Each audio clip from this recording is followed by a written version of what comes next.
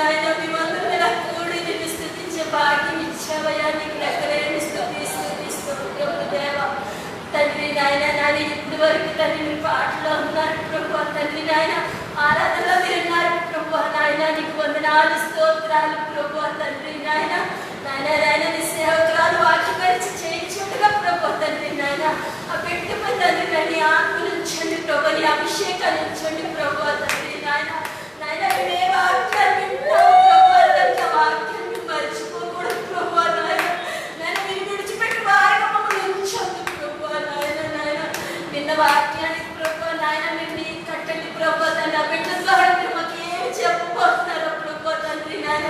ఆ వాక్యానుసారంగా మేము అందరం ప్రభు తండ్రి నాయన నాయన నడుచుకుంటాను. నీ కృప చూపించుకొని అడుగుతున్నాను పరిశుద్ధ ఆత్మ దేవ తండ్రి నాయన.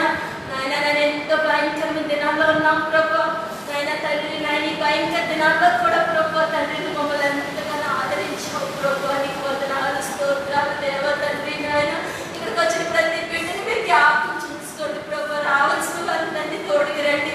రాకుండా ఇంటి దగ్గర ఉండిపోయిన వారిపై కూడా తండ్రి నాయన నాయన జ్ఞాపకం చేసుకుని మరొక తరుణం అవకాశం దయచేయమని అడుగుతున్నాను దేవ తండ్రి నాయన.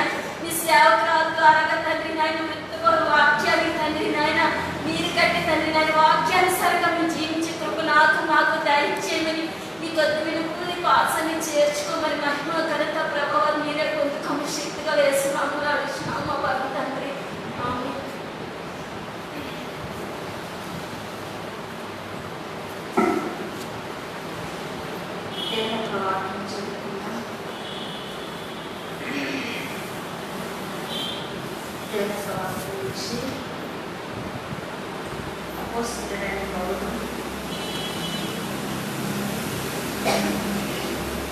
అపోస్తలుడైన పౌలు రోమీయులకు రాసిన 12వ అధ్యాయం.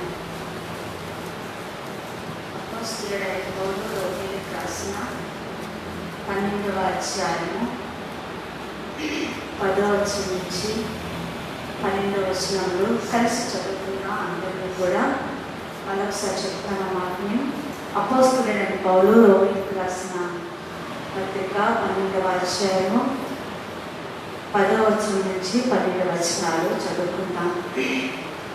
సహోదరులారా, సహోదర ప్రేమ విషయంలో ఒకరినొకరు అనురాగము కలవారే, ఘనత విషయంలో ఒకరినొకరు గొప్పగా ఎంచుకొని, ఆసక్తి విషయంలో మాంద్యులు కాక ఆత్మయందు తీవ్రత కలవారే ప్రభువుని సేవించి, నిరీక్షణ గలవారై సంతోషించుచు, శ్రమయందు ఓర్పు గలవారై ప్రార్థనయందు పట్టుదల కలిగి ఉండి.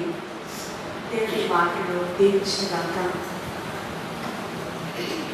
చదువుకున్న వాక్యాలను కొద్ది నిమిషాలు మనం ధ్యానం చేసుకొని మనం కొడుకుని ముగించుకుందాం.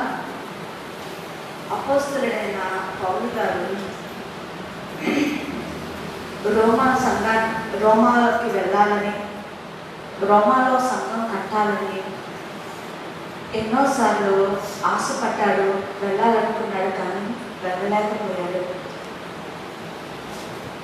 ఆ రోమాలో ఉన్న సంఘానికి ఆయన ఒక లేఖ రాస్తూ టీవీ ద్వారా ఆయన ఆ లేఖను ఆ సంఘానికి ఆయన పంపిస్తున్నాడు.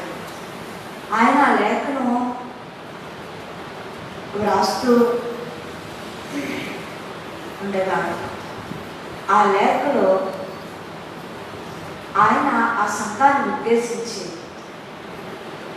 ఆ రోమా సంఘాన్ని ఆయన ఉద్దేశించి వారితో ఆయన రకంగా మాట్లాడుతున్నాడు. అంతకుముందు అధ్యాయాలన్నీ కూడా మనం చూసుకున్నట్లయితే, అంతకుముందు ఆ అధ్యాయాలన్నీ కూడా రక్షణ గురించి, రక్షణ ఎలా వస్తుంది, ఒక మనిషి ఎలా రక్షించబడతాడు, ఒక మనిషి ఎలా నీతిమంతుడిగా తీర్చబడతాడు అని, నీతిమంతుడిగా తీర్చబడిన వ్యక్తి ఏ రకంగా ఉండాలనేది ఆ ముందు అధ్యాయాలన్నింటిలో కూడా మనము చూస్తున్నాము. ఈ 12వ అధ్యాయంకి వచ్చేసరికి అంతవరకు కూడా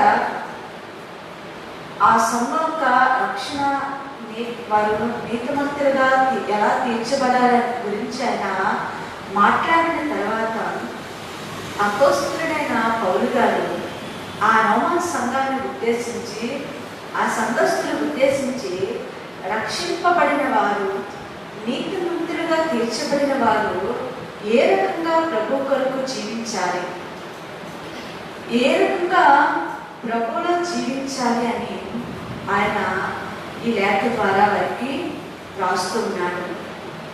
ఈ 12వ అధ్యాయం అంతా కూడా మనం చూసుకున్నట్లయితే ఒక రక్షింపబడిన వ్యక్తి, ఒక నిజ క్రైస్తవుడు, ఒక రక్షణ పొందుతున్న వ్యక్తి ఏ రకంగా ఉండాలి అనేది ఆయన ఈ అధ్యాయం అంతట్లో కూడా ఆయన రాసి ఉన్నాడు.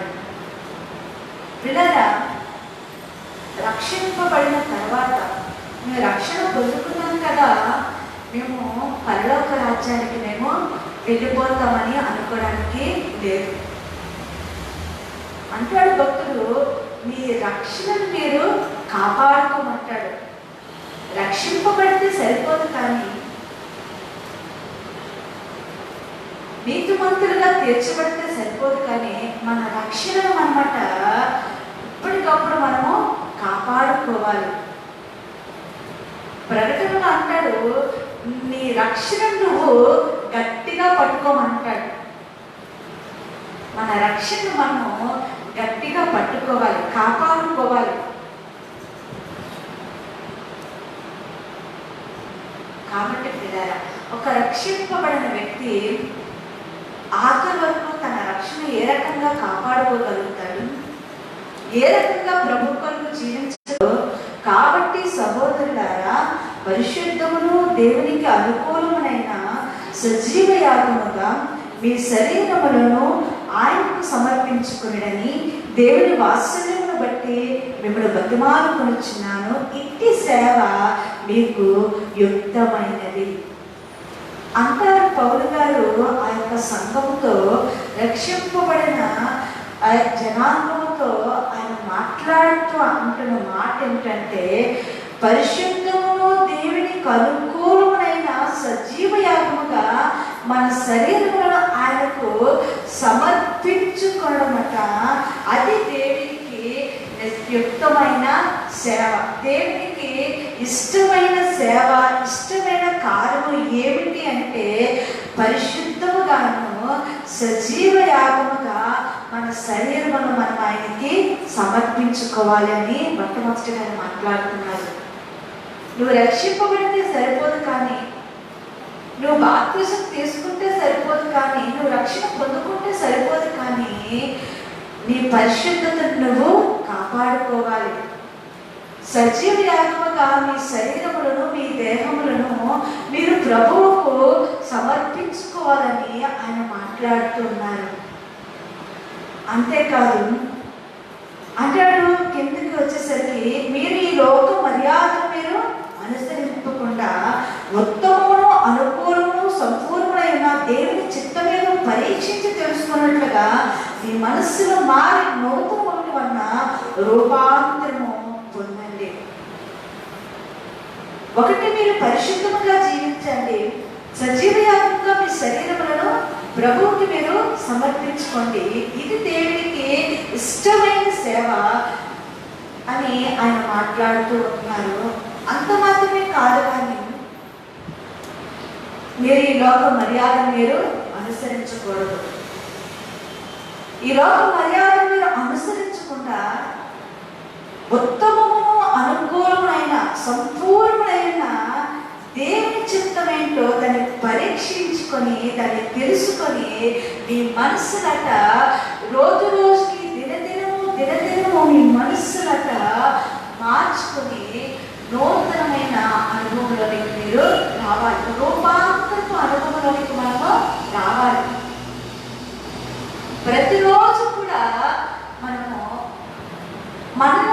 పరిశుద్ధపరచుకోవాలి, పవిత్రపరచుకోవాలి, దేవుని చిత్తంలో నడవాలి, దేవుని యొక్క ప్రణాళికలో మనం నడవాలి.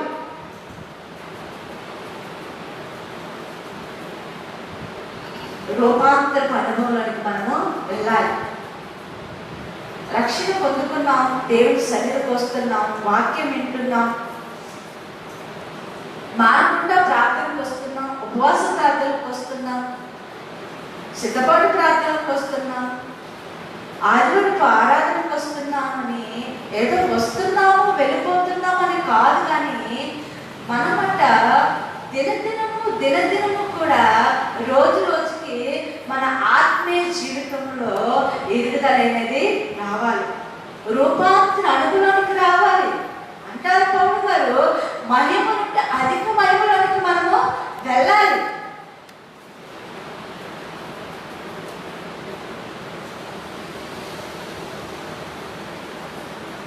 ప్రతిరోజు కూడా మనము ఆత్మీయ జీవితంలో మనము బలపరచాలి, మనము ఎదగాలి. ఎప్పుడు వచ్చిన చోటే, ఎప్పుడు ఉన్న చోటే ఏదో వచ్చాము విన్నాము అనుకొని వెళ్ళిపోకూడదు కానీ ఆ వాక్యం ద్వారా ప్రతిరోజు మనము పరీక్షించుకోవాలి, మనం పరిశోధించుకోవాలి, పరిశీలన చేసుకోవాలి, మనము సరిచేసుకోవాలి. అంతేకాదు అంటారు పౌలు గారు, ఒకటి ఆయనకు పరిశుద్ధముగా మనం జీవించాలి, ఆయనకు పరిశుద్ధముగా ఉండడము, సజీవ యాగంగా మనం ఆయనకు సమర్పించుకోవడం అనేది అది దేవుడికి ఇష్టమైన సేవ, ఇష్టమైన భక్తి అని, ఇష్టమైన ఆత్మీయత అని ప్రభువారు మాట్లాడుతున్నారు. ఎలాంటి భక్తి ఆయనకి ఇష్టము, ఎలాంటి ఆత్మీయ జీవితం ఆయనకి ఇష్టం అంటే పరిశుద్ధముగా జీవించడం అంటే ఆయనకి ఇష్టం. నేను పరిశుద్ధులను కనుక మీరును కూడా పరిశుద్ధులై ఉండాలంటాడు. నేను ఎలాగో పరిశుద్ధులనో మీరు కూడా పరిశుద్ధులుగా ఉండాలి. ఆయన పరిశుద్ధతను కోరుకునే దేవుడు.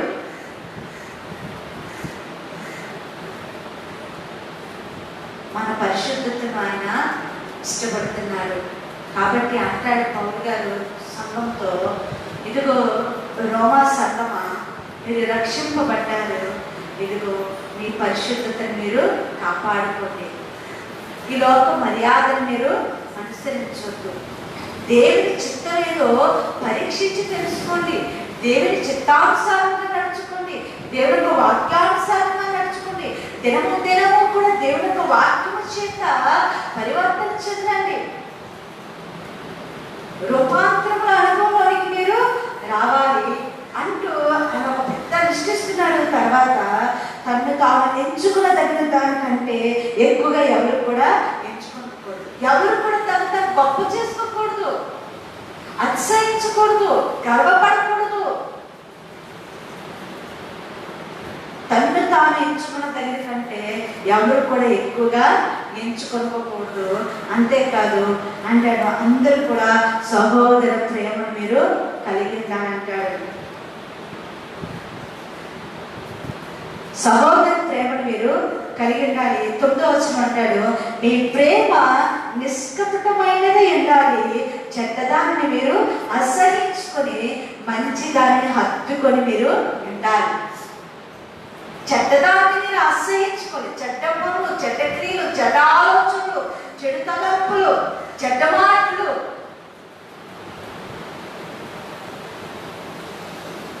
చెడ్డ మాటలు అంటే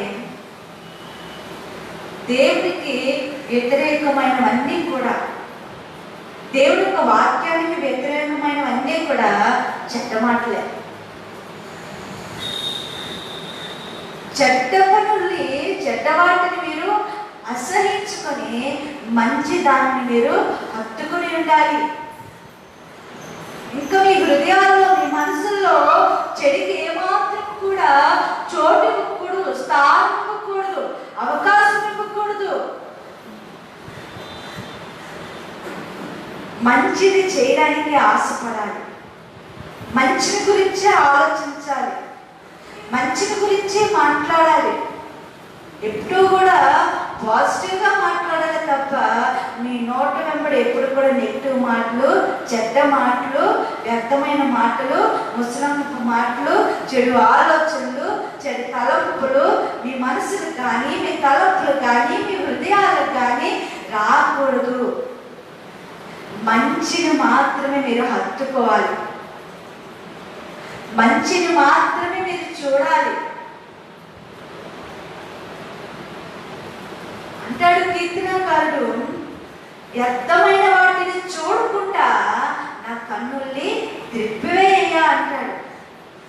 వ్యర్థమైన వాటిని చూడనివద్దు, వ్యర్థమైన మాటలు మాట్లాడనివద్దు.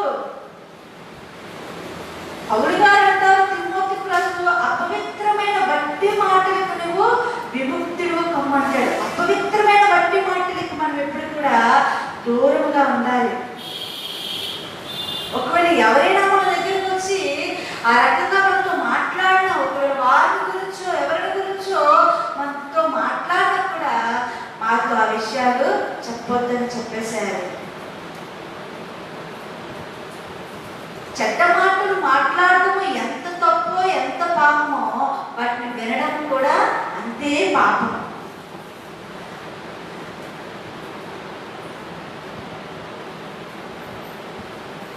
కాబట్టి పిల్లరా, ఈరోజు ఒక్కసారి ఆలోచన చేస్తున్నా అంటున్నాడు పౌలు గారు, రక్షణ పొందుకున్న వ్యక్తి ఎలా ఉండాలంటే ఆ వ్యక్తి అట చెడ్డవాటిని అసహించుకోవాలి, మంచిని మాత్రమే హత్తుకోవాలి అంటూ ఆ క్రింద అంటారు, సహోదర ప్రేమ విషయంలో ఒక్కని యందు ఒకడు అనురాగం కలవారై ఉండాలి. ఘనత విషయంలో ఒకరినొకరు గొప్ప చేసుకోవాలి, ఒకరినొకరు పొగుడుకోవాలి, ఒకరినొకరు గణపరుచుకోవాలి, సహోదర ప్రేమ కలిగి ఉండాలి. నేను గొప్ప అంటే నేను గొప్ప అని అనుకోకుండా ఒకరినొకరు మనము హెచ్చించుకోవాలి, కనపరుచుకోవాలి. ఒక వ్యక్తి బాగా పాటలు పాడాడా, నువ్వు చాలా బాగా పాడావు, నువ్వు చాలా చక్కగా ప్రార్థించావు, చాలా చక్కగా దేవుని సేవలో వాడబడుతున్నావని వారిని మనము గణపరచాలి. అలా గణపరిచినప్పుడు వారు ఇంకొంచెం ఎక్కువగా ఇంకా దేవుని కొరకు పాడాలని, దేవుని సేవ చేయాలని, దేవుని కొరకు వాడబడాలని ఇంకా వారు ఆశ కలుగుతుంది. కాబట్టి పిల్లారా, ఒకరు చూసి ఒకరు మనం కుళ్ళుకు పోకుండా ఘనత విషయంలో వారిని మనం ఎప్పుడు కూడా గౌరవించాలి, హెచ్చించాలి.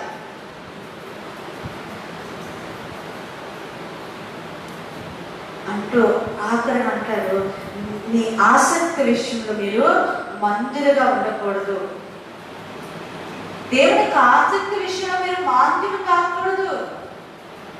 చాలా మంది ప్రియులరా, చాలా మందిని గమనించినట్లయితే ప్రభువుని నమ్ముకున్న కొత్తలో, దేవుని తెలుసుకున్న ప్రారంభ దినాలలో ఎంతో ఆసక్తిగా, ఎంతో భక్తిగా, ఎంతో విశ్వాసముగా,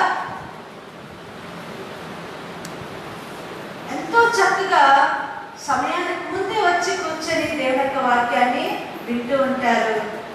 ఎప్పుడెప్పుడు ప్రార్థన, ఎక్కడెక్కడ ప్రార్థన అడిగి తెలుసుకొని మరి ప్రార్థనకి వస్తూ ఉంటారు. కాలక్రమేణా కాలం గడుస్తున్న కొద్దీ వారిలో ఉన్న ఆసక్తి అనేది క్రమక్రమంగా తగ్గుతూ ఉంటుంది.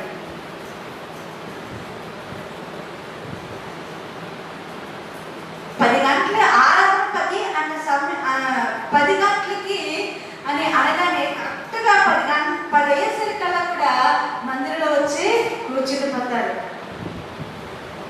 అదే వ్యక్తి కొన్ని సంవత్సరాల తర్వాత మీరు చూడండి, 10 తర్వాత 11 పాటలు అవుతున్నాయి కదా, ఆరాధన అవుతుంది కదా, ఇంకా వాక్యం ప్రారంభం కాలేదు కదా, ఇంకా ప్రార్థన చేస్తున్నారు కదా అని వాళ్ళ ఆసక్తి అనేది క్రమక్రమంగా తగ్గుతూ వస్తుంది. కాబట్టి అంటారు పౌలు గారు, ఇదిగో మీరు రక్షణ పొందుకున్నారు కాబట్టి మొదట ఉన్న ఆసక్తిని కడ వరకు కూడా మీరు కొనసాగించాలి. ఆసక్తి విషయంలో మీరు ఎప్పుడు కూడా మందులు కాకూడదు, మందులు కాకూడదు.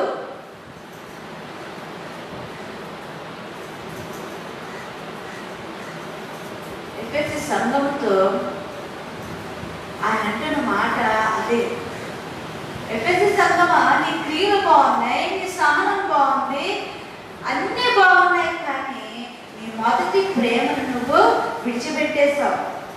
నీ మొదటి విశ్వాసాన్ని, నీ మొదటి ఆత్మీయతను, నీ మొదటి ప్రేమను, నీ మొదటి భక్తిని నువ్వు విడిచిపెట్టేశావు.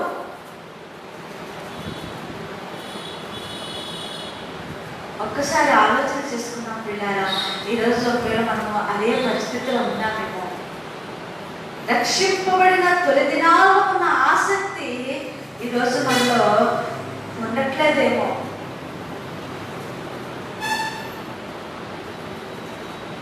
వెళ్దాంలే ప్రార్థనకి అని ఒక నిర్లక్ష్యం స్వభావం మనల్ని ఏడుబడి చేస్తుందేమో. ఒకసారి ఆలోచన చేసుకుందాం. అంటారు పౌలు గారు, ఆసక్తి విషయంలో మీరు మాంజులుగా ఉండకూడదు. ఆసక్తి విషయంలో మీరు మాంజులు కాకుండా ఆత్మ విషయంలో ఎప్పుడు కూడా మీరు తీవ్రత గలవారే ఉండాలి. ఆత్మ విషయంలో ఎప్పుడు కూడా మనము మండుతూ ఉండాలి. ఆరిపోయే దీపాలుగా మనం ఉండకూడదు. యోహాను గురించి అంటున్న మాట అంటే అతడు మండుచు ప్రకాశించే దీపమై ఉన్నాడంట. ఈరోజు ప్రభువు నమ్ముకున్న వారుగా మనం ఎలా ఉండాలంటే మన ఆత్మీయ జీవితం ఎప్పుడు కూడా మండుచు ఉండాలి. మన ప్రార్థన జీవితం ఎప్పుడు మండుచు ఉండాలి. మన వాక్య జీవితం ఎప్పుడు మండుచు ఉండాలి. ఎప్పుడు కూడా ఆత్మీయ జీవితంలో మనము చల్లారిపోకూడదు.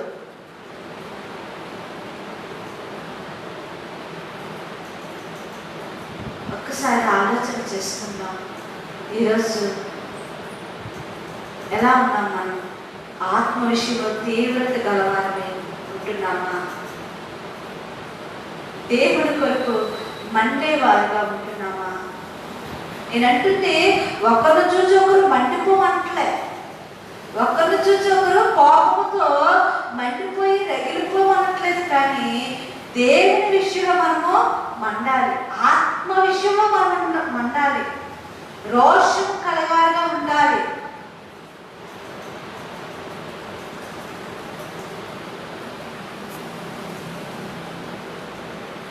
పన్నెండవ వచనం అంటారు, నిరీక్షణ గలవారే సంతోషపరచుచు, శ్రమయందు ఓర్పు గలవారే ప్రార్థన యందు పట్టుదల కలిగి ఉండండి అంటారు. రక్షింపబడిన వారు, రక్షణ పొందుకున్న వారు ఒకటి వారు తమ పరిశుద్ధతను వారు కాపాడుకోవాలి, సజీవ యాగంగా ప్రభువుకు సమర్పించుకోవాలి.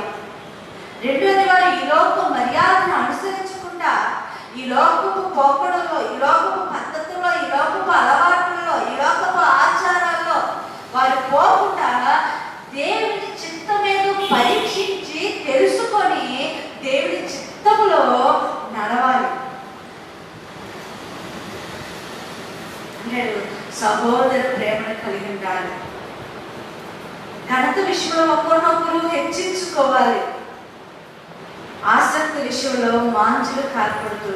ఆత్మ విషయంలో ఎల్లప్పుడూ కూడా తీవ్రత గలవారే ఉండాలి అని చెప్తూ, నిరీక్షణ గలవారే ఎప్పుడు కూడా సంతోషించుతూ ఉండాలి. మనకంటూ ఒక నిరీక్షణ ఉంది. ఆ నిరీక్షణ బట్టి మనం ఎప్పుడు కూడా సంతోషిస్తూ ఆనందిస్తూ ఉండాలి. ఏమిటా నిరీక్షణ అంటే, కృపామయుడు ప్రభువు మనతో ఉన్నాడు కాబట్టి మనకు కలిగిన ఈ కష్టాలు, ఈ శ్రమలలో ఆయన మనల్ని విడిపిస్తాడు, తప్పిస్తాడు. ఒక నిరీక్షణతో మనం ఎప్పుడు కూడా ప్రభువులో ఏమవ్వాలట? సంతోషించాలట, ఆనందించాలి. అందుకే పౌలు గారు అంటారు, నిరీక్షణ లేని ఇతరుల వల్ల మీరు దుఃఖపడకూడదు. మనకంటూ నిరీక్షణ ఉంది. దేవుడు ఏదో ఒక దినాన్ని మన పట్ల ఆయన కార్యం చేస్తాడు అన్న నిరీక్షణతో మనం ఎప్పుడు కూడా సంతోషించాలి, ఆనందించాలి, ప్రభువుని గణపరచాలి, ప్రభువుని స్తుతించాలి. అంతేకాని దుఃఖపడకూడదు.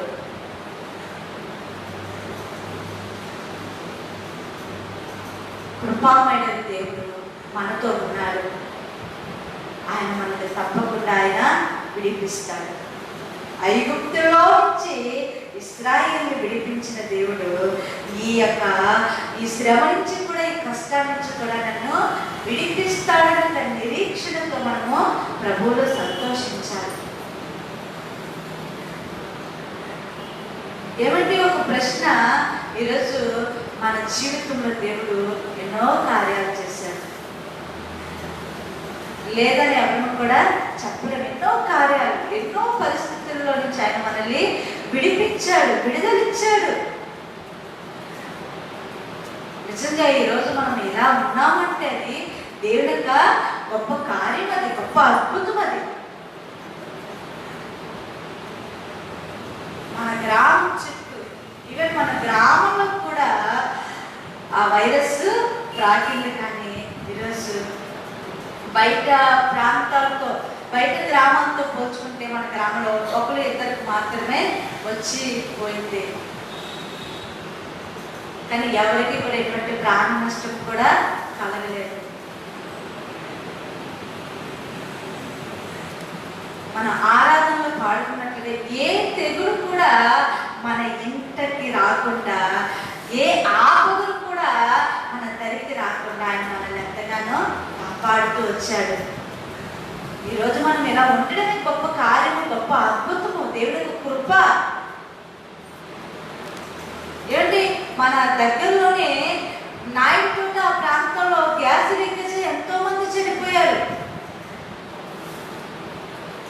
ఇంతవరకు కూడా ఎక్కడెక్కడో ఏవో ప్రమాదాలు జరిగాయి, ఎక్కడో అగ్ని ప్రమాదం జరిగింది అని విన్నాము. కానీ ఇప్పుడైతే మన దగ్గరలోనే, మన గ్రామానికి దగ్గరలోనే ఆ గ్యాస్ లీకేజ్ వచ్చి ఎంతో మంది చనిపోయారు.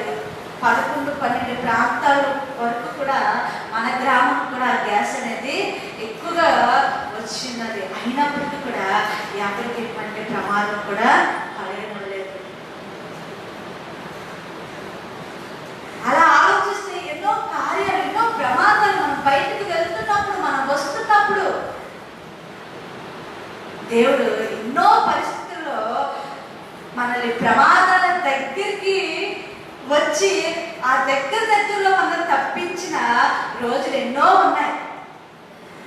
దగ్గరికి వచ్చి ఇంకా నా పని అయిపోయింది, ఇంక నేను ఇంకా బ్రతకనేమో, ఇంక నేను చనిపోతానేమో అనుకున్న ఆ పరిస్థితులు, ఇంకా దగ్గరికి వచ్చిన ఆ పరిస్థితుల్లో నుంచి తప్పించిన రోజులు ఎన్నో మనం చూసాము.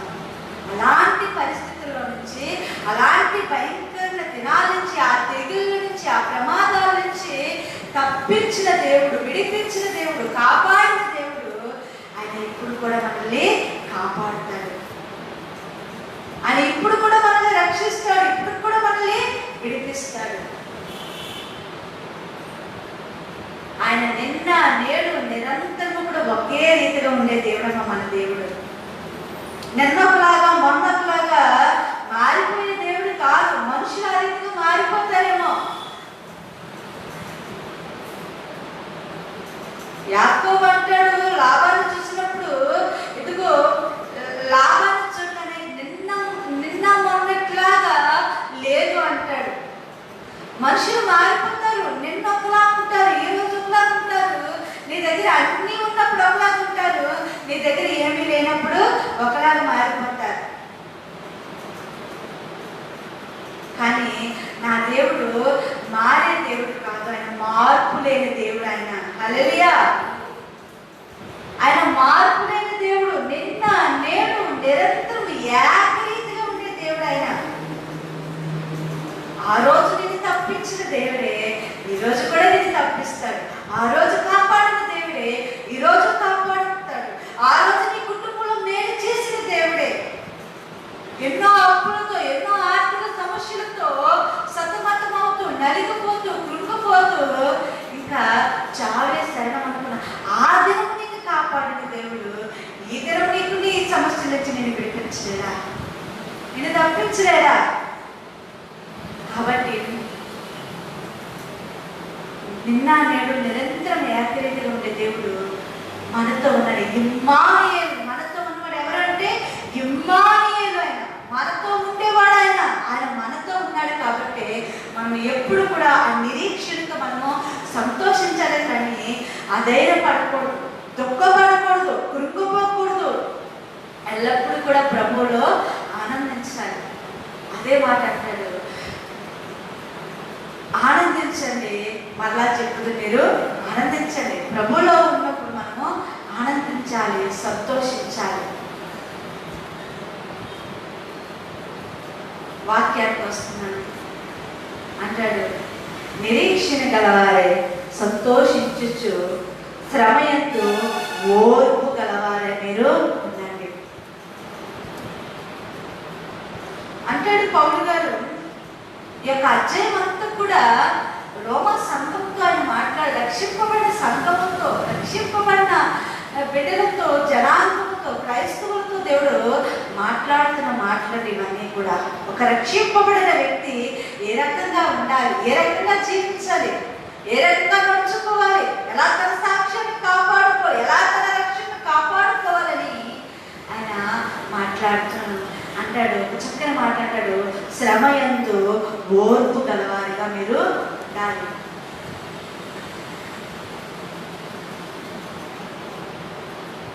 ఈ అధ్యాయం అంతా చూస్తే ఇంకా ఎన్నో మాటలు మాట్లాడుతున్నాడు. ఈ యొక్క మాటతో నేను చెప్పి ముగించాలని ఆశపడుతున్నాను. అంటాడు పౌలు గారు, శ్రమయందు మీరు ఓర్పు గలవారిగా ఉండాలి.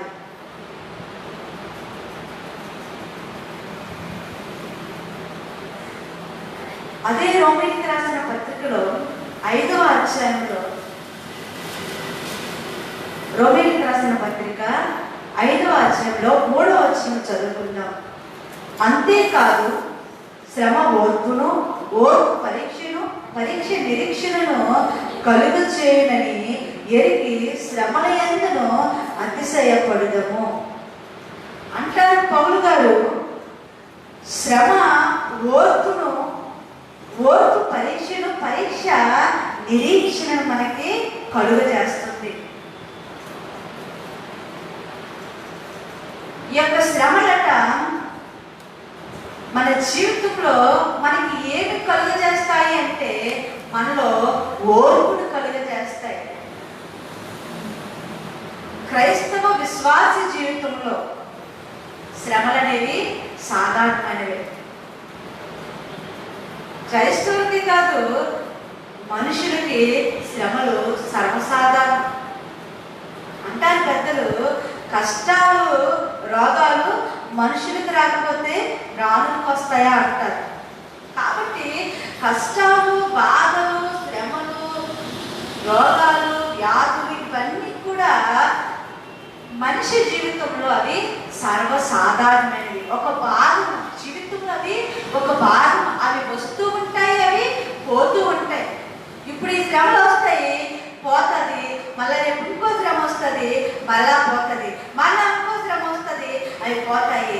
అలాగా మనిషి జీవితంలో శ్రమలు, కష్టాలు, రోగాలు, బాధలు అనేవి అవి సర్వసాధారణమైనవి.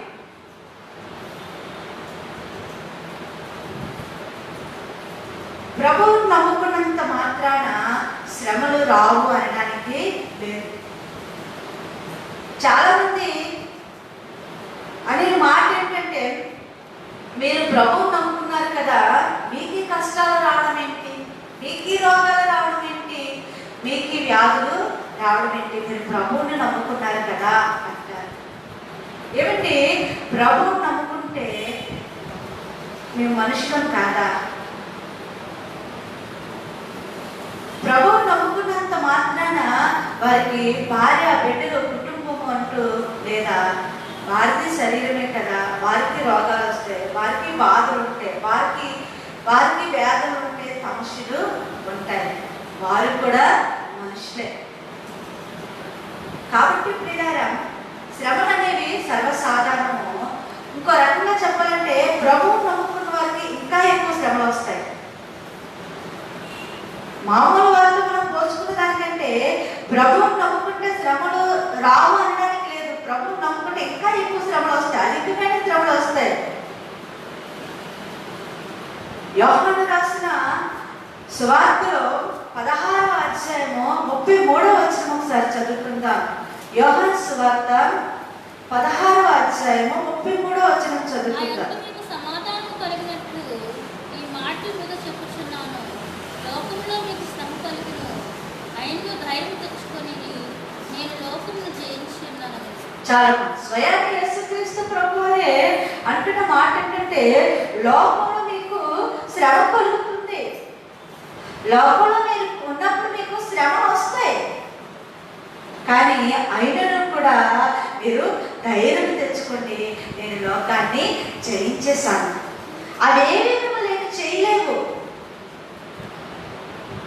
లోకంలో ఉన్నారు కాబట్టి మీకు శ్రమలు వస్తూ ఉన్నాయి అని మాట్లాడుతున్నారు. కాబట్టి పిల్లారా, ఒకసారి ఆలోచన చేసుకుని మధ్యాహ్న కాల సమయంలో దేవుడు మనతో మాట్లాడుతున్నాడు. పౌలు గారు అంటున్నారు, శ్రమ అట ఓర్పును మనలో కలుగజేస్తుంది. మన జీవితంలో ఒక శ్రమ వచ్చిందంటే, ఒక శోధన వచ్చిందంటే, ఒక కష్టం వచ్చింది, ఒక బాధ వచ్చింది, ఒక వ్యాధి వచ్చిందంటే, ఒక సమస్య వచ్చిందంటే, దాని ద్వారా మనం ఏమవుతామంటే పుటము వేయబడతాము, పరీక్షించబడతాము. దాని ద్వారా మనలో ఓర్పు అనేది మనలో దేవుడు కలుగజేస్తాడు. శ్రమ అనే మాటని లాటిన్ భాషలో, శ్రమ అనే మాటకి లాటిన్ భాషలో ట్రిబ్యులం అంటారు. ట్రిబ్యులం అంటే గింజలను తొలగొట్టుట. శ్రమ అనే మాటకి లాటిన్ భాష ప్రకారం చూసుకున్నట్లయితే గింజలను తొలగొట్టడం. మన జీవితంలో మన పాపాలని, మనలో ఉన్న ఆ చెడుని, మనలో ఉన్న ఆ ద్వేషాలు, మనలో ఉన్న గర్వాన్ని, మనలో ఉన్న అతిశయాన్ని, మనలో ఉన్న కోపాన్ని, మనలో ఉన్న అసహనాన్ని, వీటన్నిటిని కూడా ఈ శ్రమల ద్వారా దేవుడు మనల్ని దొరగొడుతున్నాడు, విడిపిస్తూ ఉన్నాడు.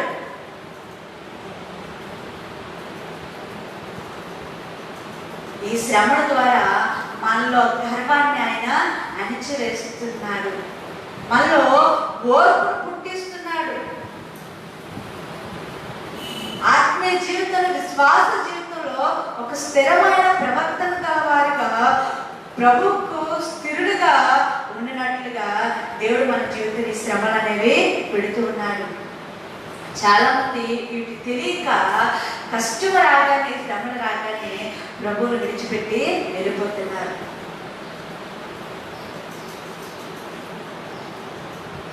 ఒక ఆయన అంతకుముందే ఆయన ఎంతో బలహీనుడయ్యి అనారోగ్యంతో బాధపడుతున్నాడు. అంతకుముందే బాధపడుతున్నాడు. అంతకుముందే ఆయన ప్రభువును తెలుసుకున్నాడు, దేవుడి సన్నిధికి వస్తున్నాడు. అప్పుడప్పుడు డైలీగా రాలేకపోయినా అప్పుడప్పుడు దేవుడి మందిరానికి రావడం, ప్రార్థన చేయించుకోవడం చేస్తూ ఉన్నాడు. కానీ కొద్ది కాలం తర్వాత అతనికి ఒక వ్యాధి వచ్చింది. ఆ వ్యాధి చేత ఆయన ఎక్కడికి వెళ్ళలేకపోయాడు, లేవలేని స్థితిలో ఉన్నాడు. ఆ టైంలో అతడు రక్షణ పొందుకోవాలని ఆశపడ్డాడు. నేను రక్షణ పొందుకోవాలని ఆశపడినప్పుడు ఆయనకి బాప్తిస్మం ఇచ్చారు. సేవకులు, పెద్దలు అందరూ కలిపి దైవజనుల సమక్షంలో, సంఘ సమక్షంలో బాప్తిస్మం ఇచ్చారు.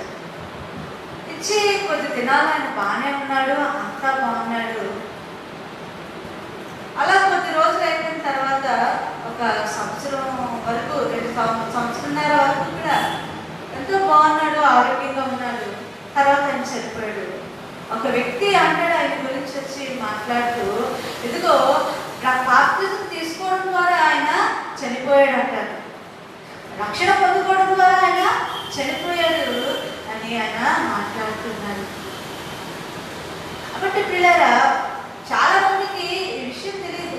దేవుడు మన జీవితంలో ఎందుకు కష్టాలు, ఎందుకు శ్రమలు, ఎందుకు వ్యాధులు, రోగాలు మన జీవితంలో దేవుడు మనకి అనుమతిస్తున్నాడు అంటే, ఈ శ్రమల ద్వారా మన విశ్వాసం అనేది పరీక్షించబడాలి, మన ఆత్మీయత అనేది పరీక్షించబడాలి.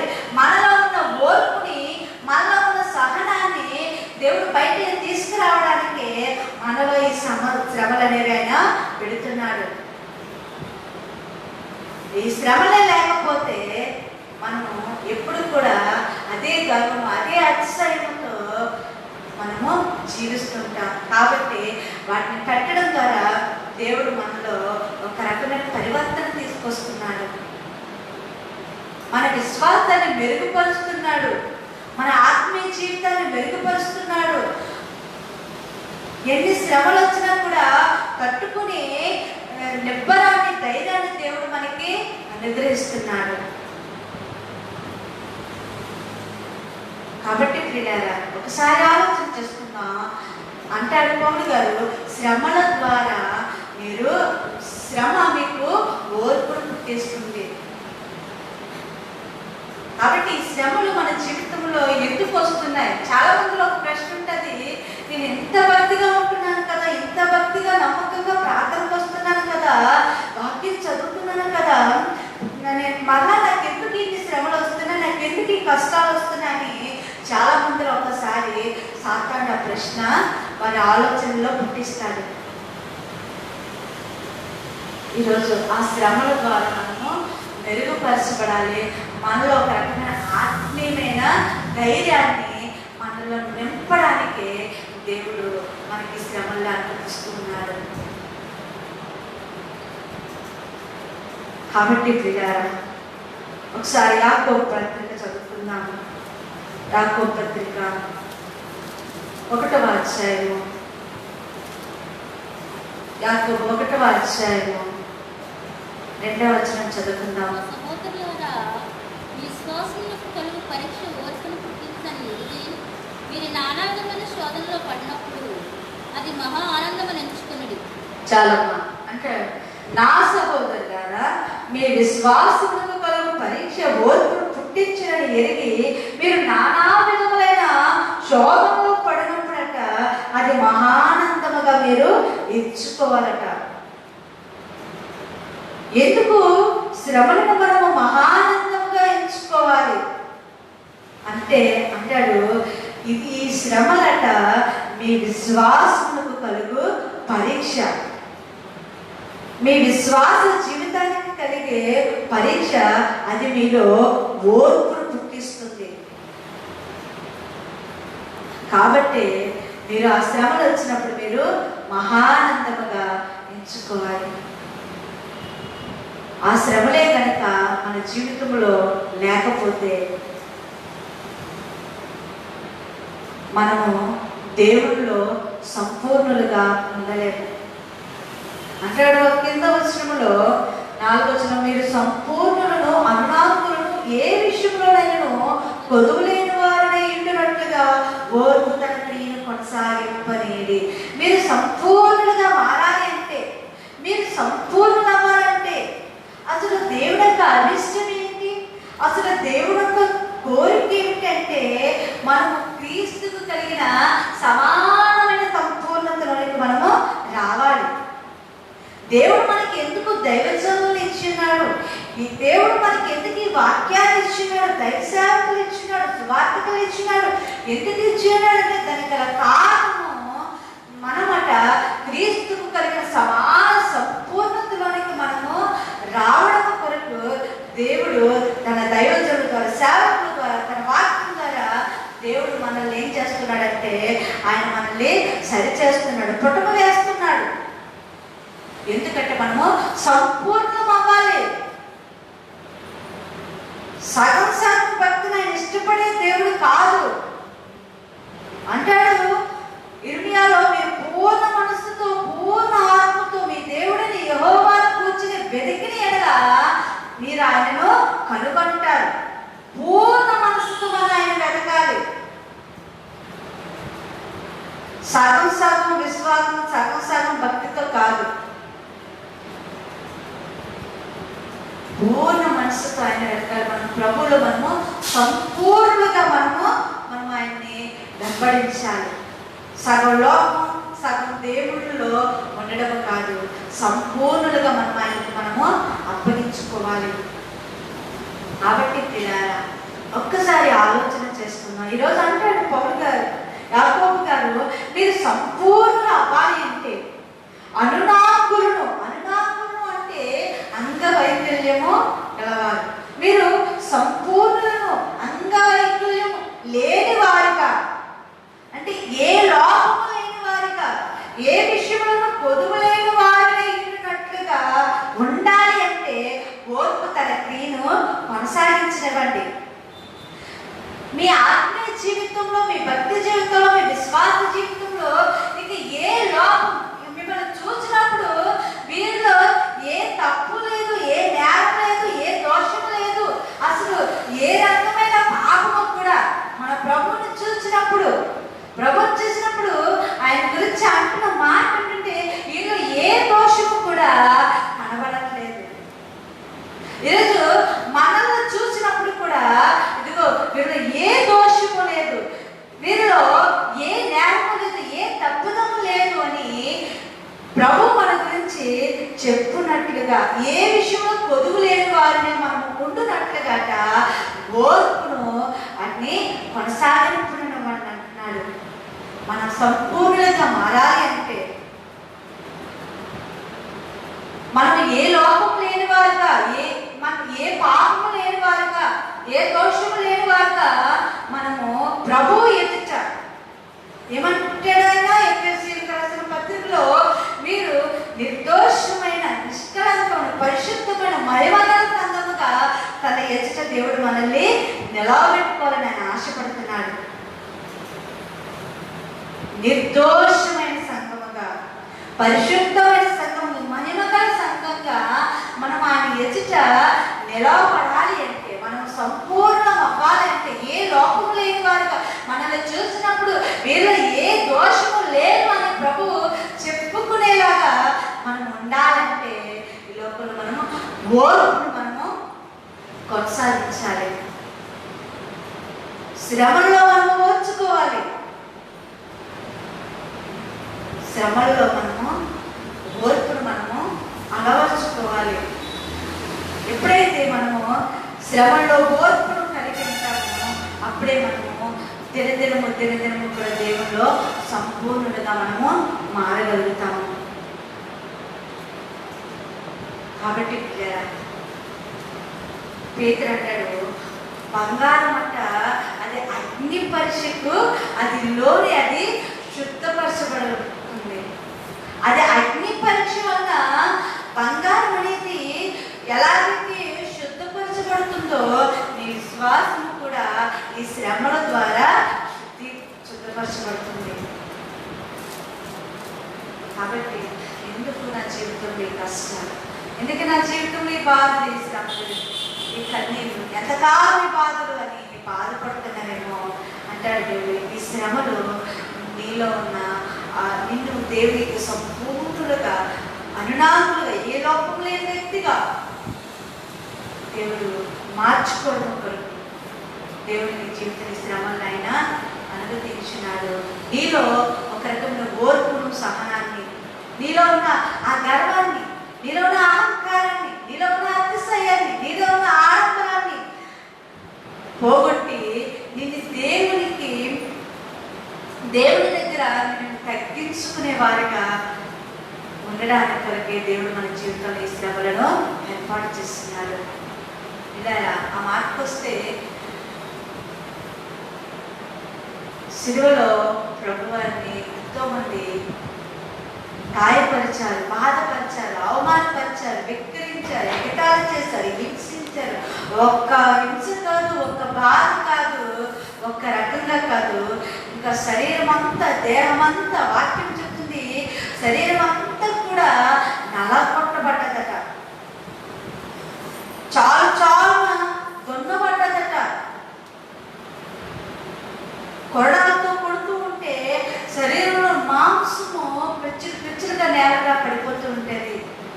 అంత భయంకరముగా హింసని, బాధని అతడు అనుభవించున్నాడు. అలాంటి శ్రమను ఆయన అనుభవించి కూడా తనంతటిని కూడా ఆయన ఏం చేశాడు, ఓర్చుకున్నాడు. దేవుని యొక్క వాక్యం చెప్తుంది వారు చేసిన అవమానాన్నంతటినీ కూడా ఆయన ఓర్చుకున్నాడు. వచ్చే కత్తిరించు అని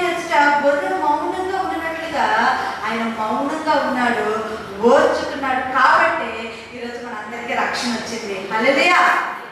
ఆ రోజు కనుక ఆ కలిగిన ఆ బాధను బట్టి, ఆ హింసను బట్టి, ఆ వ్యాధిని బట్టి, ఆ నొప్పిని బట్టి ఆయన ఓర్చుకోకుండా ఆయన బాధించేవాడిని, హింసించేవాడిని శపించినట్లయితే, తిట్టినట్లయితే ఈరోజు మనకి రక్షణ అనేది ఉండేది కాదు.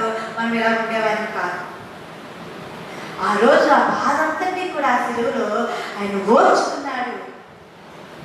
ఎంతగా ఓర్చుకున్నాడంటే బొచ్చే కత్తిరించి వాడిని ఎదుట గొరి ఎలాగైతే మౌనంగా ఉంటాడో అలా మౌనంగా ఉన్నాడు, ఓర్చుకున్నాడు. కాబట్టి ఈరోజు మనకి ఈ రక్షణ భాగ్యం దొరికింది. కాబట్టి ఈరోజు ఓర్పు అనేది దేవుడు మన జీవితంలో ఓర్పును కోరుకుంటున్నాడు. మన జీవితంలో ఓర్పును ఆయన ఆశిస్తున్నాడు. ఈరోజు కొన్నిసార్లు అకారణంగా, అన్యాయంగా ఎన్నోసార్లు మనం చేయలేని తప్పుకి అనేక మంది మనల్ని నిందిస్తుంటారు, అవమానిస్తుంటారు, మనల్ని వెక్కిరిస్తూ ఉంటారు. మనం చేయలేని తప్పుకి అకారణంగా, నిష్కారణంగా అనేక మంది మనల్ని అవమానాలకు గురి చేస్తూ ఉంటారు, నిందిస్తూ ఉంటారు, వెక్కిరిస్తూ ఉంటారు. కానీ ఈరోజు వాళ్ళు కారణమైన అకారణంతో వాళ్ళు మనల్ని అవమానించినా కూడా మనం ఎప్పుడు కూడా ఓర్పు కలిగి ఉండాలి. పెద్దలనే మాట ఏమిటంటే ఊరుకున్న వాడికట ఊరంతా బంధువులేనట. ఎవరైతే ఊరుకుంటారో, మౌనంగా ఉంటారో, ఓర్చుకుంటారో ఊరందరూ కూడా వారికి బంధువులు, స్నేహితులు. ఈరోజు కత్తులతో, కర్రలతో సాధించలేనిది ఓర్పు ద్వారా మనము సాధించగలుగుతాం. అనవసరమైన విషయాలకి, అనవసరమైన మాటలకి మనము బాధపడిపోయి తొందరపాటుతో ఇతరులపై మనము తిరగబడుతుంటాం. ఇతరులపై మనము గొడవకి వెళ్ళకుండా, తగువులకి తగాదాలకి మనం వెళ్ళకుండా, ఒకవేళ వారు మనల్ని కారణంగా, అమానుషంగా వారు మనల్ని నిందించిన, దూషించిన, అవమానించినా కూడా ఓర్చుకున్నట్లయితే దేవుడు ఒక దినాన వారి ముందే వారినే తప్పైపోయిందని ఒప్పుకొని వారి ముందే దేవుడు నిన్ను హెచ్చిస్తాడు. ఎవరైతే నిన్ను అవమానించారో, తిట్టారో వారిని నీ పాదాల దగ్గరికి దేవుడు చేరుస్తాడు. అంతేకాని వాళ్ళు నన్ను తిట్టారు కదా, నేను అక్కడికి వెళ్ళను అనుకున్నట్లయితే అందరూ మనకి విరోధులే, అందరూ మనకి శత్రువులే. వాళ్ళు తిట్టారు, వీళ్ళు తిట్టారు, వారితో మాకు మాటలే, వీరితో మాకు మాటలే, వారితో మాకు విరోధి, వారితో మాకు గొడవలు అని అనుకున్నట్లయితే ఇంకెవ్వరూ మనకు ఉండరు. మనము, మన భర్త, మన బిడ్డలు, మన కుటుంబం మనమే ఉంటాం, మనమే మిగులుతాం అక్కడికి. చాలా సంఘాల్లో చూసుకున్నట్లయితే, కొన్ని పల్లెటూరులో ఉన్న చిన్న చిన్న సంఘాలను చూస్తే ఎవరితోటైనా పక్కింటి వారితో గొడవ అయింది అనుకోండి, వాళ్ళ ఇంట్లో ప్రార్థన అయితే వీళ్ళకు, వీళ్ళింట్లో ప్రార్థన అయితే వాళ్ళకు. ప్రార్థనలో కూడా వాళ్ళు గొడవలు పెడతారు. ఏం మా ప్రార్థనకు రాలేదంటే వారికి మాకు గొడవ అయింది, వారికి మాకు పడదండి, వారి ఇంటికి నేనెలా, మా ఇంటికి వాళ్ళు అంటారు. కాబట్టి పిల్లరా, ఒకసారి ఆలోచన చేసుకుందాం. దేవుడు మన నుంచి ఆశించేది, దేవుడు మన నుంచి కోరుకుంటుంది ఏమిటంటే మన ఓర్పును ఆయన కోరుకుంటున్నాడు.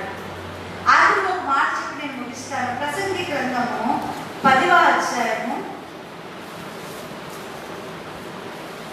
ప్రసంగి 10:4 చదువుకుందాం. ఏలివాడు నీ మీద కోపపడిన ఎడ్ల నీ ఉద్యోగం నుండి నీవు తొలగిపోవు. ఓర్పు గొప్ప ద్రోహకార్యము జరగకుండా చేయి. చాలమ్మా, వాక్యం చెప్తుంది. ప్రసంగి గ్రంథకర్త అంటున్నాడు, ఏలివాడు నీ మీద కోపపడిన ఎడల నీ ఉద్యోగం నుండి నీవు తొలగిపోకూడదు. ఏలివాడు, నీ యజమాని, నీ అధికారి నిన్ను ఎవరికి నష్టం అండి? నీ పైన ఉన్న అధికారి, నీ పైన ఒక ఉన్నత అధికారి ఉన్నారు, ఒక సూపర్వైజర్ ఉన్నారు. ఆ సూపర్వైజర్ పని విషయంలో, ఉద్యోగ విషయంలో నీకు ఒక మాట అన్నాడని వారు అలా అంటున్నారు కదని నేను ఉద్యోగాన్ని మానేస్తాను అని అంటే అది నీకే నష్టము.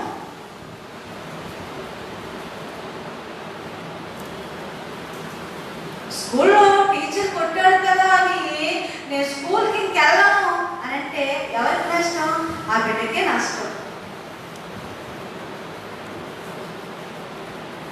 కాబట్టి పిల్లారా అంటున్నాడు, దేవుడు వాక్యం చెప్తుంది, ఏడువాడు నీ మీద కోపపడిన ఎడల నీ ఉద్యోగములను నువ్వు తొలగిపోకూడదు, ఓర్పు గొప్ప ద్రోహ కార్యాలు జరగకుండా చేస్తుంది. హల్లెలూయా. ఎవరైనా ఒక మాట మనల్ని అన్నారని అంత మాత్రాన మనము ఆ ఉద్యోగంలో నుంచి అక్కడ నుంచి మనము వచ్చేసినట్లయితే ఈరోజు అది మనకే నష్టం. కానీ అంటాడు ప్రసంగి, ఓర్పట గొప్ప ద్రోహ కార్యాల్ని జరగకుండా చేస్తుంది. యజమాని తిట్టాడు కదా, అధికారి తిట్టాడు కదా అనుకొని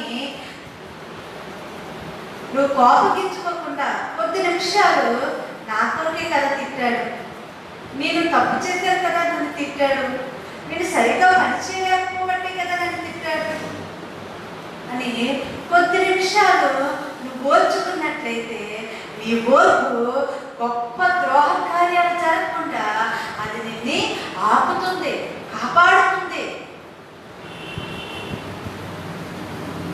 కాబట్టి పిల్లరా ఒక్కసారి ఆలోచన చేసుకుందాం.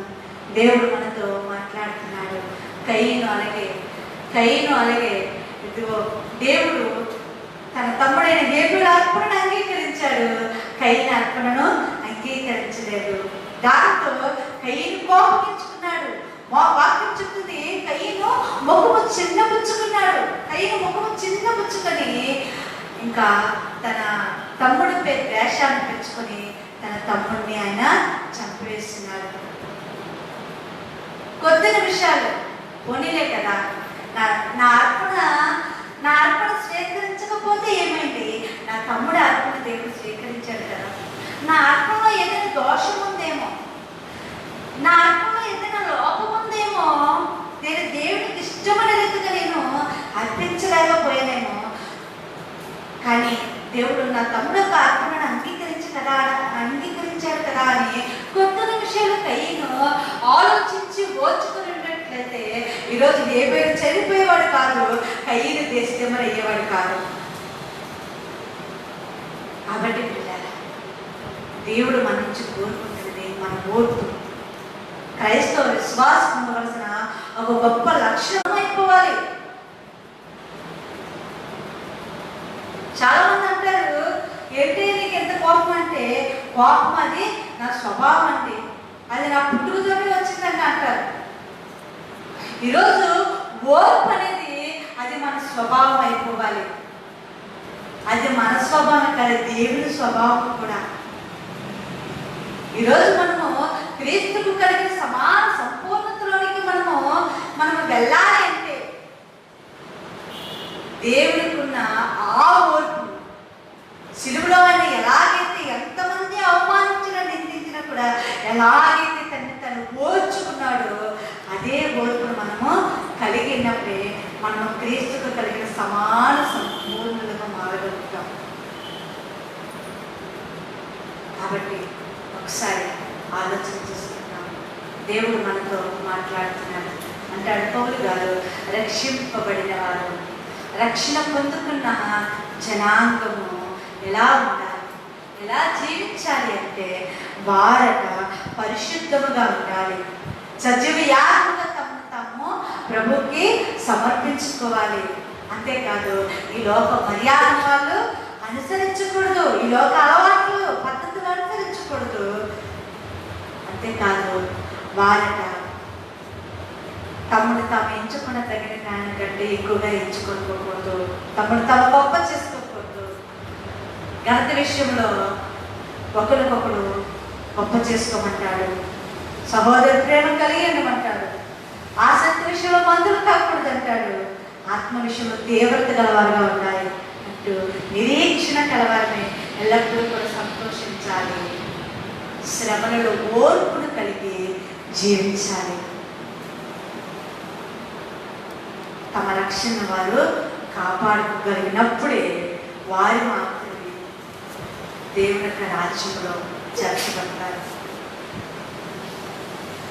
ఆర్థిక సంఘంలో ఒక మాట ఉంటుంది ఆఖరిగా, ఎవరి పేరైతే జీవ గ్రంథంలో తుడుపు పెట్టబడకుండా ఉంటారో వారు మాత్రమే ఆ రాజ్యంలో ఉంటారు. అంటే ఒకసారి మన పేరు జీవ గ్రంథంలోనికి వెళ్ళిన తర్వాత ఇంకా మన పేరు జీవ గ్రంథంలో పర్మనెంట్ అనడానికి లేదు. ఒకవేళ మళ్ళా మనకు తెలియక తెలుసు ఏమైనా తప్పుదాం, ఏమైనా పాపం చేసి మళ్ళా దేవునిలో నుంచి మనము దేవుని యొక్క సరళతలో నుంచి దేవుని యొక్క మార్గంలో నుంచి మనం పడిపోయినప్పుడు తప్పిపోయినప్పుడు మళ్ళా మన పేరు జీవ గ్రంథంలో నుంచి తుడిచివేయబడతారు. కాబట్టి జీవ గ్రంథంలో ఎవరి పేరైతే తుడుపు పెట్టబడకుండా ఉంటుందో వారే ఆ దేవుని రాజ్యంలో ఉంటారు. కాబట్టి మేము రక్షణ పొందుకున్నాం కదా, మేము బాప్తిజం తీసుకున్నాం కదా, ఇంకా మాకు ఏం పర్వాలేదు, ఇంకా మేము డైరెక్ట్గా చనిపోతే డైరెక్ట్గా పర్లోకానికి వెళ్ళిపోతాం అనుకోవడానికి ఏమాత్రం కూడా లేదు. మన రక్షణను మనము కాపాడుకోవాలి. ఆఖరి వరకు మరణము వరకు కూడా మన రక్షణను మనము కాపాడుకోవాలి. మన వస్త్రములను మనము తెలుపు చేసుకోవాలి. పరిశుద్ధ జీవితాలు మనము కలిగి జీవించాలి. అన్నిటికంటే ముఖ్యంగా ఓర్పును మనము కలిగి ఉండాలి. ప్రార్థన చేస్తున్నాం. ప్రతి ఒక్కరు కూడా మోకరించి తలవంచినట్లయితే ప్రార్థన చేస్తున్నాం. ప్రతి ఒక్కరు కూడా దేవుడి మధ్యాహ్న కలసంలో మనతో మాట్లాడుతున్నాడు. ఈరోజు ఎంతమందికి వాక్యము అర్థమైందో నాకు తెలియదు, కానీ దేవుడు మనందరితో ఆయన మాట్లాడుతున్నాడు. ఈరోజు బాప్తిజం తీసుకొని రక్షణ పొందుకొని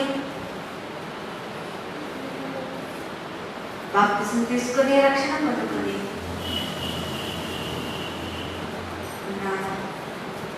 మనం ఈరోజు ఎలా జీవిస్తున్నాం, ఎలా మన రక్షణ మనం కాపాడుకుంటున్నాం, దేవుడికి ఇష్టంగా మనం జీవిస్తున్నామా, దేవుడికి ఇష్టమైన సేవ మనం చేస్తున్నామా, దేవుడు మెచ్చేవారిగా మనం ఉంటున్నామా? మనుషులు మెచ్చుకునే భక్తి కాదమ్మా, మనుషులు కనబరిచే భక్తి కాదు, మనుషులకి కనబడే భక్తి కాదు. అంటాడు వాక్యం చెప్తుంది, ప్రభువు మెచ్చుకుని వాడే గొప్పవాడు అని. కాబట్టి ప్రియులారా, ప్రభువు మెచ్చుకునే విధంగా మనం జీవిస్తున్నామా? ఒక దినాన నిన్ను నన్ను ప్రభువు చూసినప్పుడు వీరిలో ఏ లోపము లేని అని, ఏ దోషము లేదని, ఏ తప్పిదమో నాకు కానరావట్లేదని మనల గురించి ప్రభు సాక్ష్యం చెప్పే విధంగా మన భక్తి జీవితం ఉంటుందా? మన విశ్వాస జీవితం, మన ఆత్మీయ జీవితం మనం ఉంటుందా?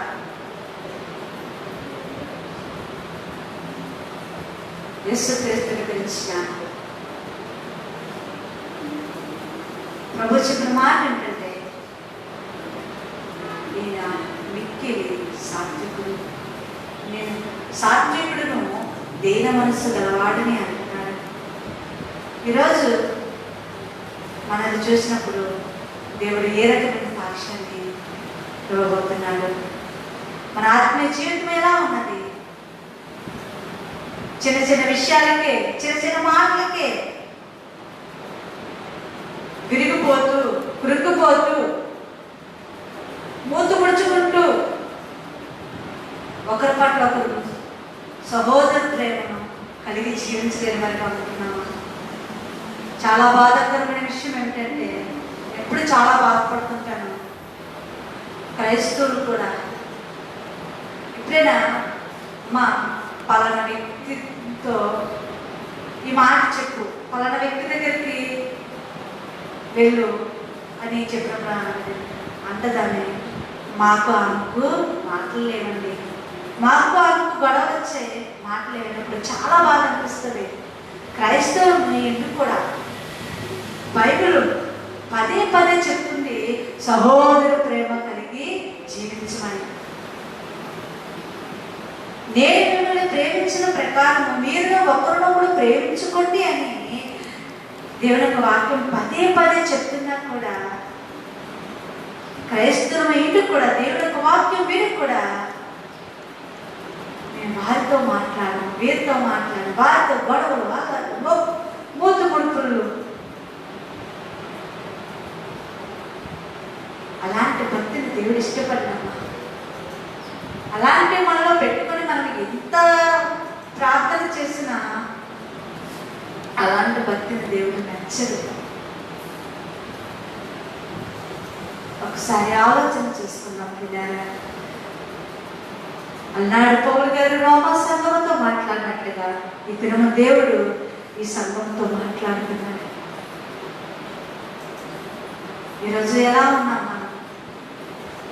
ప్రార్థన చేసుకున్నాం. కనికరం గారి ముందుకు వచ్చి ప్రార్థన చేస్తాం. కనికరం గారి ముందుకు వచ్చి ప్రార్థన చేస్తాం.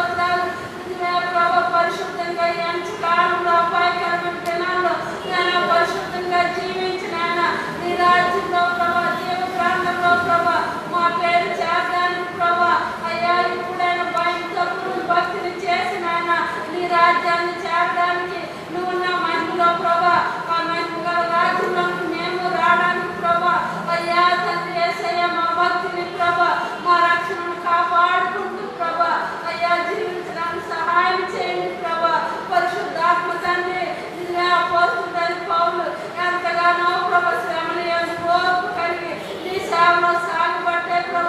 వారి పేరు జయ ప్రాంతంలో చదువుచున్నామయ్యా. అయ్యా నా తండ్రి నా ప్రభా నాయన వారంత భక్తి నీతి అంత పరిశుద్ధత మాకు లేకపోయినా నీ వాక్యాన్ని బట్టి ప్రభా అయ్యా ఒక